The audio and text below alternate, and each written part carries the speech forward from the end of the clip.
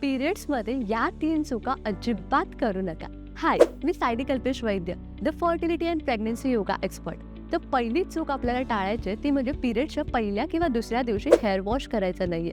त्यामुळे आपला blood flow reverse होतो आणि त्याचा इम्पॅक्ट पिरियड्सच्या ब्लड फ्लोवर होतो.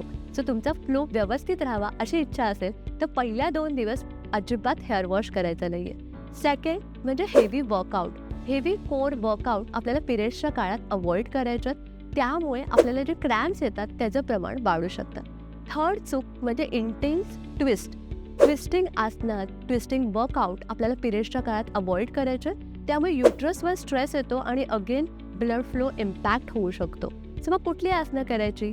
ह्यासाठी योगा विथ सायली मध्ये आम्ही आमच्या स्टुडंटला शिकवतो फेज वाईज योगाभ्यास. म्हणजे पिरियड्समध्ये तुम्ही जेवढी काम, कंपोज, रिलॅक्स योगासनं कराल तेवढं तुमचा ब्लड फ्लो पण छान राहतो, तुमचा मूडसुद्धा छान राहतो आणि तुमचे पिरियड्स कधी येतात कधी जातात कळतसुद्धा नाही. आणि फक्त पिरियड्समध्ये नाही तर ओव्ह्युलेशनच्या काळात, इम्प्लांटेशनच्या काळात किंवा तुमचे पिरियड्स इरेग्युलर असतील तर अशा स्पेशल कंडिशनसाठी, वेगवेगळ्या फेजेससाठी आपण वेगवेगळे योगा फ्लोज तुमच्याकडनं करून घेतो, जेणेकरून तुम्ही प्रत्येक फेजचा भरभरून आनंद घेऊ शकाल.